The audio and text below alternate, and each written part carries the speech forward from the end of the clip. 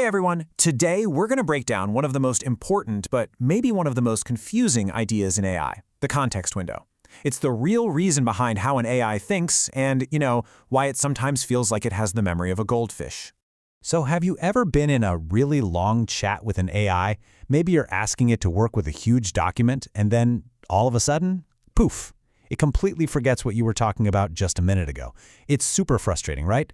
It makes you ask, how can these incredibly powerful things have such a bad memory? Well, here's the thing. It's not really about memory at all, not in the way you and I have it. The real answer comes down to a technical limit, and it's called the context window. And trust me, once you get this one idea, everything else about how these models work just kind of clicks into place. Okay, so here's how we're going to tackle this. First up, we'll talk about the AI's blind spot and peek inside the context window. Then we'll see what goes wrong when context overflows.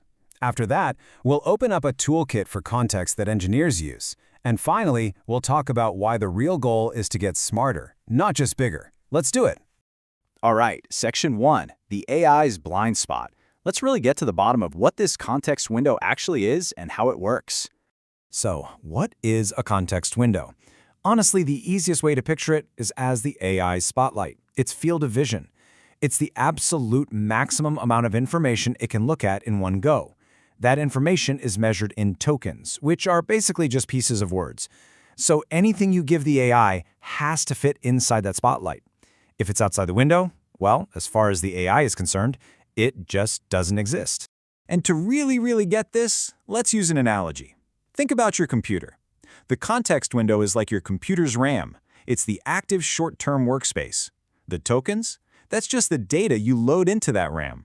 When the AI needs to pull up some fact from a huge database, that's like your computer accessing its hard drive. We call that retrieval. And summarization? That's just like zipping a file to make it smaller. This whole RAM idea, that's the key. Hold on to that one. And here's the catch. That RAM, that working space, it's not infinite, and everything, I mean everything, has to fight for a spot inside. You've got the initial instructions for the AI, you've got any facts we retrieve, you've got your actual question, and you even have to save room for the AI's answer.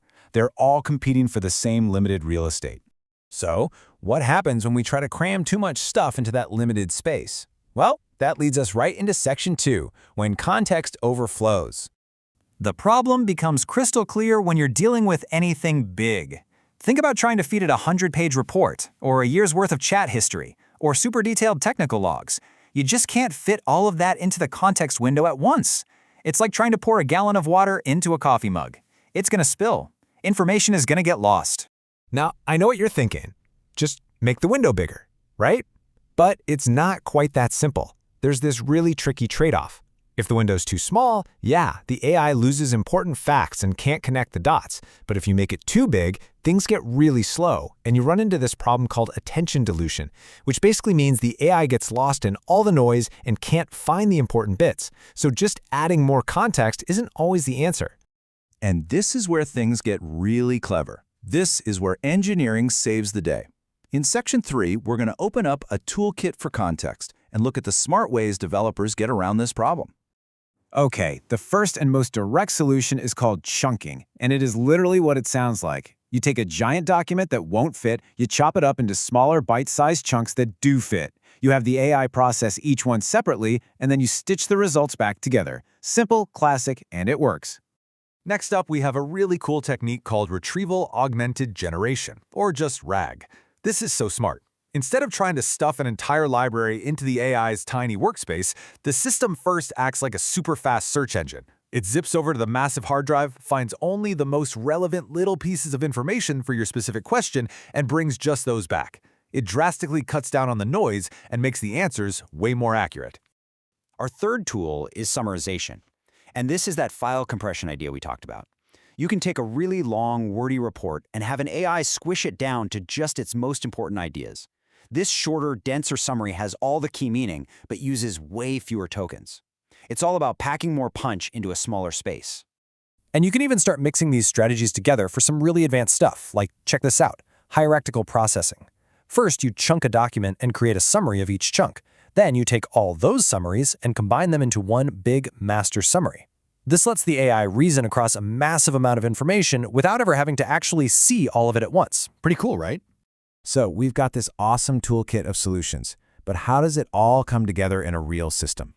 That takes us to our final section. The goal here is to be smarter, not bigger.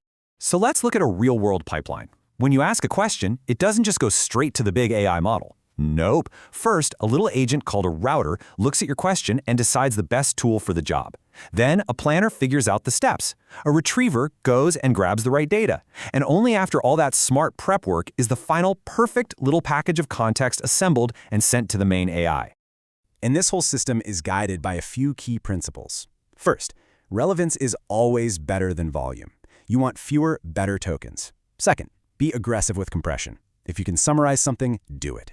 And third, keep the tools separate and modular so you can mix and match them. It's about being surgical, not just using a sledgehammer. Which brings us all the way back to the single most important thing to remember from all of this. If you take away just one thing, let it be this. The context window is not memory. It is working space. Once you really let that sink in, that it's just RAM, everything about what these AIs can and can't do suddenly makes perfect sense. So, what's the big takeaway here? Well, the future of AI, the race to build the smartest systems, it isn't just about building bigger and bigger models. The real frontier, the key that's going to unlock truly amazing things, is all about getting better at managing context. It's not about how much an AI knows. It's about how well it can use the right knowledge at the right time. And that's a pretty powerful idea.